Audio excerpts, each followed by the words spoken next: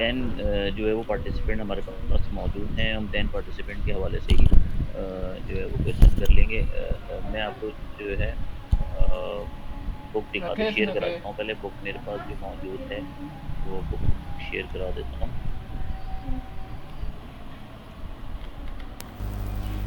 Introductory statistics की है।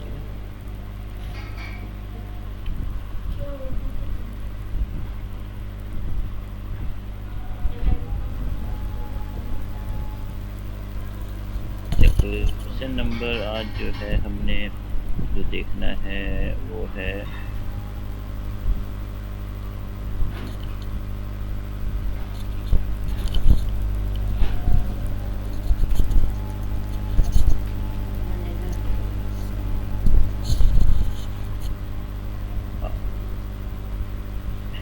ये हमने क्वेश्चन नंबर लास्ट टाइम हमने मेरा ख्याल है क्वेश्चन नंबर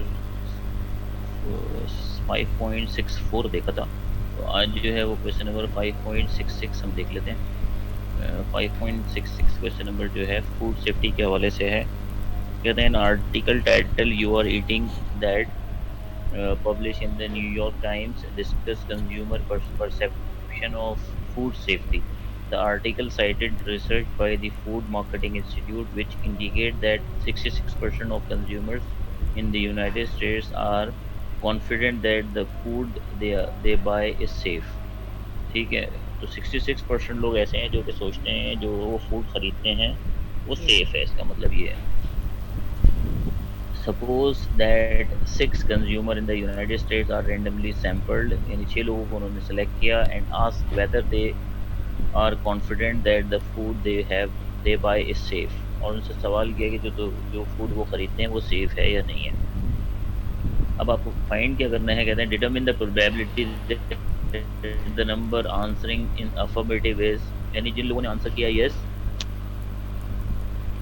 वो 2 हैं, एग्जैक्टली 2, एग्जैक्टली 4, एटलीस्ट 2। ठीक है ना। तो ये हमारे पास ए बी सी पार्ट है। बेसिकली क्वेश्चन नंबर हमारे पास है 5.66। इसमें जो एन की वैल्यू है वो है 6, क्योंकि उन्होंने 6 लोगों को सिलेक्ट किया है। आपके पास पी की वैल्यू है 66% विच इज 0.66। और आपके पास एक्स जो है वो नंबर ऑफ पीपल है, नंबर ऑफ पर्सन हैं वो think the food the buy is safe. ठीक है। तो हमें जो इसका ए पार्ट है हमें क्यू की वैल्यू भी निकाल सकते हैं 1 - बी करके। 1 - 0.66 तो वो आपके पास आ जाएगा 0.34। ठीक है ना। तो ये आपके पास जो है वो क्यू की वैल्यू आ जाएगी और आपके पास एन की वैल्यू भी मौजूद है। तो ए पार्ट आपका है। ए पार्ट में वो कहते हैं प्रोबेबिलिटी निकालें आप एग्जैक्टली 2 की। तो एग्जैक्टली 2 का मतलब है एक्स इज इक्वल टू 2, यानी प्रोबेबिलिटी आपने निकालनी है x इज इक्वल टू 2 की, एग्जैक्टली 2। तो ये जो है क्वेश्चन को मैं दोबारा से आपको बता दूं कि ये क्वेश्चन नंबर 5.66 है। इसमें n की वैल्यू जो है वो 6 है, p की वैल्यू 1.66 है, q is equal to 1 - p 1 - 0.66 which is 0.34। A part में probability of x is equal to 2 निकालनी है। Probability of x is equal to 2 जो है वो हमें फाइंड करनी है। बाइनोमियल प्रोबेबिलिटी डिस्ट्रीब्यूशन का फॉर्मूला जो मैंने आपको लिखवाया था वो फॉर्मूला यहाँ अप्लाई होगा और वो फॉर्मूला था N C C X, X P की पी की पावर पावर एक्स एक्स और 1 one minus minus P P की की power power N N minus minus X. ये बाइनोमियल डिस्ट्रीब्यूशन का हमारे पास फॉर्मूला था।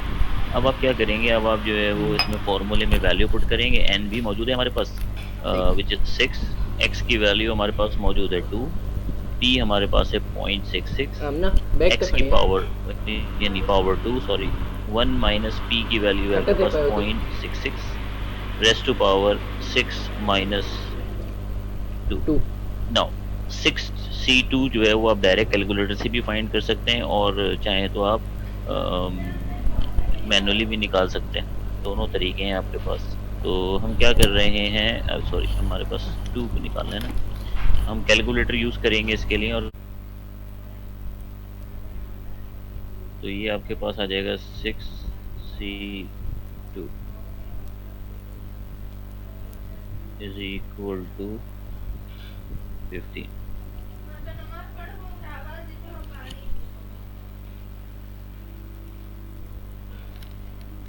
अच्छा, अब हम जो है इसको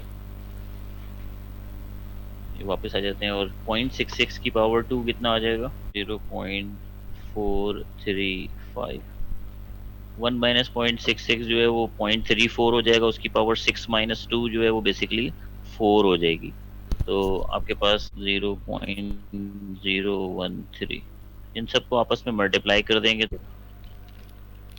0.66 पावर 2, 0.4356, ये तो सही आ रहा है। अच्छा जी, 1 - 0.66 0.34 आ गया। 0.34 की पावर करनी है हमें, 0.34 की पावर, सॉरी ब्रैकेट पहले लगाना था, 0.34 की पावर 4, 0.01336, ये तो सही आ रहा है। मल्टीप्लाई बाय 0.435 मल्टीप्लाई बाय 15, और 0.87 आ रहा है ये। मैं देख लेता हूँ कल कोई मिस्टेक ना हो गई, मैंने कल भी करवाया था वैसे ये। अ,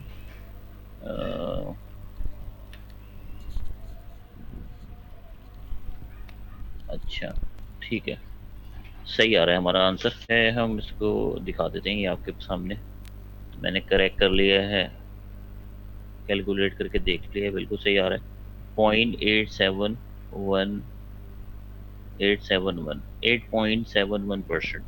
ये इसका जो है वो आंसर हो जाएगा, और इसकी इंटरप्रिटेशन भी हमने यहाँ पे आपको लिखवा दी है। नेक्स्ट देख लेते हैं।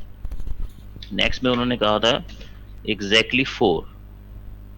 एग्जैक्टली 4 के लिए आपको एक्स की वैल्यू 4 जो है वो आपको फाइंड करनी होगी। तो सेम फॉर्मूला है, सेम फॉर्मूले में आप पुट करेंगे, डायरेक्ट आंसर निकाल सकते हैं। 6c4 0.66 की पावर 4, 0.34 की पावर 1 में से माइनस करके लिख दिया मैंने डायरेक्ट। 6 - 4 कितना होता है? 2। डायरेक्ट भी लिख सकता हूँ मैं अगर लिखना चाहूँ तो। 6c4 जो है वो मुझे निकालना होगा। तो 6c4 जो है वो हो जाएगा आपके पास 6 फैक्टोरियल डिवाइडेड बाय 6 - 4 फैक्टोरियल 189, और 0.34 की पावर 2, 0.115। तो 0.115 इसका मतलब है 15 ये आ रहा है, 0.189 ये आ रहा है हमारे पास, और 0.115 ये आ रहा है। इन सबको मल्टीप्लाई कर लेंगे, 327, तो 32.7%, बिल्कुल ठीक। तो ये जो है वो आपके पास, इसका मतलब है 32.7% लोग जो हैं वो ये सोचते हैं कि जो फूड जो खरीदते हैं वो सेफ है। तो इसकी इंटरप्रिटेशन जो है वो वैसे ही होगी जैसे हमने पिछले क्वेश्चन में की थी, लेकिन वैल्यू चेंज हो जाएंगी। यानी इसकी इंटरप्रिटेशन हो जाएगी कि chances are 32.7% that exactly 4%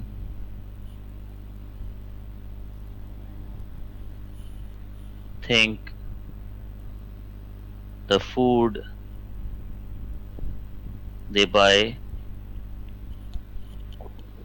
is safe।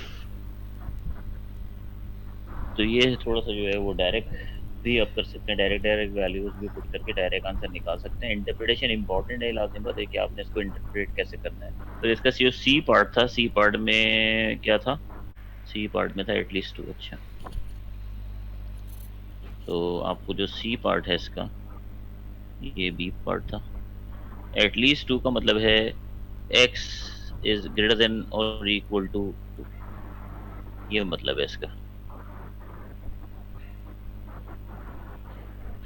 ठीक है, तो आप जो है वो एटलीस्ट 2 जब निकालेंगे तो इस बात का आप ख्याल करेंगे कि आपने जो है वो ग्रेटर देन की प्रोबेबिलिटी में इसको 1 में से माइनस करेंगे हमेशा, less than 2। whenever you want to find the probability of greater than, what you have to do, you have to subtract from one, one से सब्ट्रैक्ट करेंगे, ये आप याद कर लें।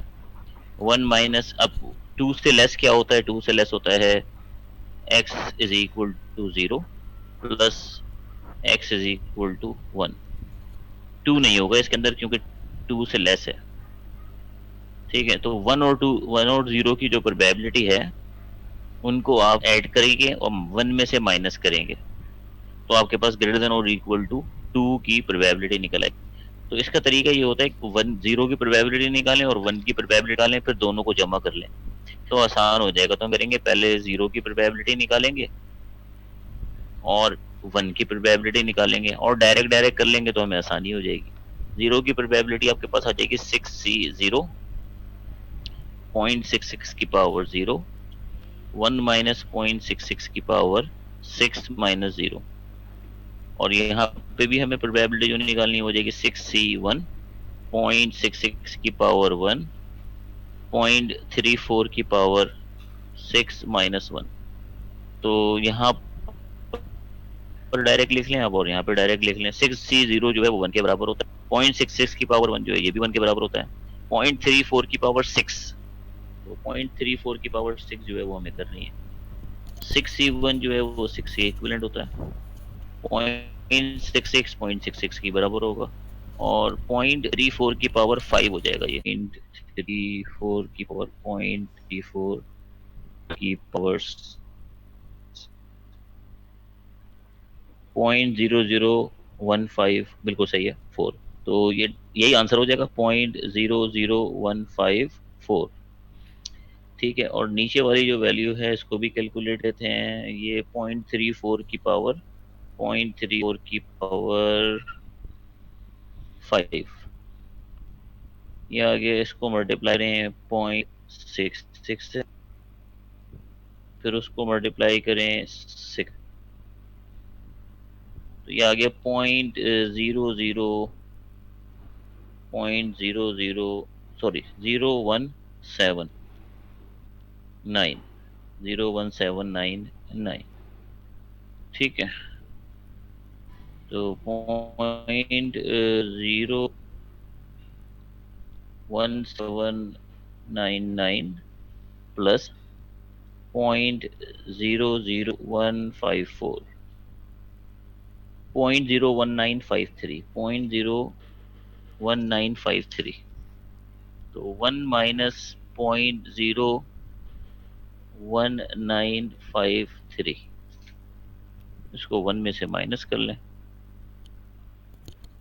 Point point eight nine zero eight तो जगह 98.04%। Probability of X is greater than और इक्वल टू टू।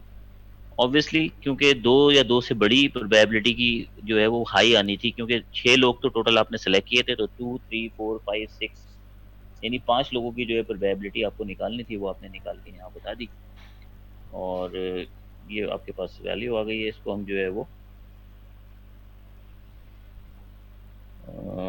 कर लेते हैं ज़रा वापस।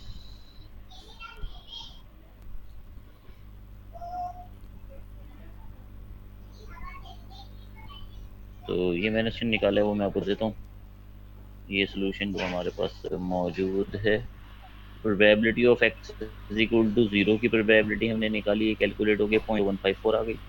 X is equal to one की प्रोबेबिलिटी निकाली, कैलकुलेट हो गई, आ गई 0.01799। ठीक है, इसको फिर मैंने जो है वो नेक्स्ट पेज पे आपके सामने वन में से माइनस करके दिखा दिया। ये वन में से माइनस की तो आपके पास प्रोबेबिलिटी आ गई 0.9804, और इसकी इंटरप्रिटेशन वो आपके पास हो जाएगी, chance are 98.047% that at least 2% think the food they buy is safe out of 6। Probability का जब आप आंसर करते हैं तो आफ्टर डेसिमल 3 प्लेसेस आपको लेने होते हैं। लेकिन क्योंकि अगर आपके पास आफ्टर डेसिमल 3 प्लेसेस तक डिजिट नहीं है, जैसे ज़ीरो आ गया, ज़ीरो ज़ीरो आ गया, तो फिर आगे जो डिजिट होगा उसके बाद आप 2 या 3 डिजिट ले लें, ताकि आपको इंटरप्रिटेशन में और उसको जब आप 100 से मल्टीप्लाई करें तो उसको लिखने में आसानी हो जाए। बस इसलिए मैंने ये जो है वो, आपने देखा होगा ये 0.98 आया है तो मैंने 0.98 लिया है। और अगर पिछले क्वेश्चन में अगर आप देखें तो वैल्यू छोटी थी, तो मैंने क्या किया था, मैंने दो वैल्यू ले ली थी, ये 0.019, अब ये 5 भी ले लिया, 3 भी ले लिया था मैंने, ठीक है ना। इसलिए ले लिया था क्योंकि मेरे पास 0.0 के बाद वैल्यूज थी। अगर 0.0 से पहले वैल्यूज होती तो फिर मैं उनको जो है वो आफ्टर डेसिमल 3 प्लेसेस तक ही लेता। लेकिन क्योंकि छोटी वैल्यू आ जाती है, जैसे 0.00 आ गया था यहाँ पे आपने देख रहे हैं, तो 0.00, अब मैं 1 लेता तो बहुत छोटी वैल्यू हो जाती, तो मैंने 154 भी ले लिया साथ में। 3 डिजिट जो है वो मैंने कंसिडर कर लिए। उससे होता है क्या है, उससे होगा ये कि एक्यूरेसी आ जाएगी, जब मैं आंसर दूंगा तो मेरे पास जो आंसर आएगा वो एक्यूरेट होगा एज कम्पेयर टू, अगर बुक को अगर हम फॉलो कर रहे हैं या किसी जगह से आंसर हम कंपेयर कर रहे हैं, तो वेरिएशन नहीं आएगा आंसर के अंदर। वेरिएशन के बगैर हमें जो है वो आंसर मिल जाएगा।